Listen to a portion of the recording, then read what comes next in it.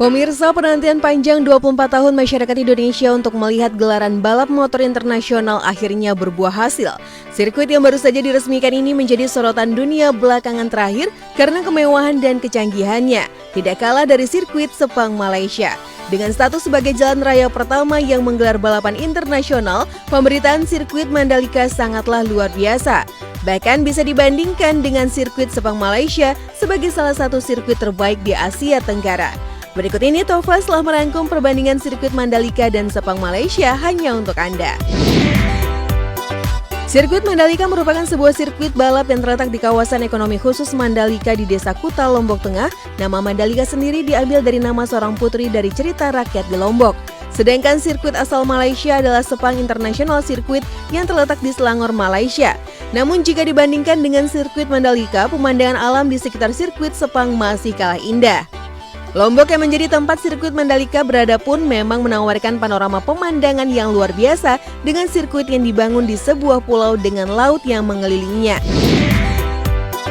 Sirkuit Mandalika dibuat langsung menghadap Samudra India dengan pemandangan indah laut biru, sedangkan sirkuit Sepang tidak memiliki pemandangan seindah Mandalika karena dibangun berdekatan dengan Bandara Kuala Lumpur dan dibangun di atas bekas lahan kelapa sawit.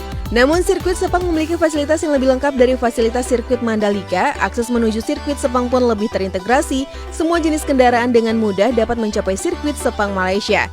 Sirkuit ini pun sangat terawat sehingga membuat nyaman orang yang akan menonton pertandingan.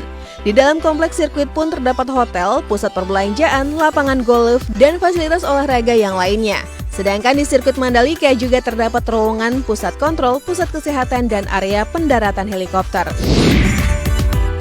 Tidak hanya berbicara fasilitas, developer pengembang sirkuit Mandalika secara khusus mendatangkan aspal dari Inggris untuk lapisan trek sirkuit Mandalika.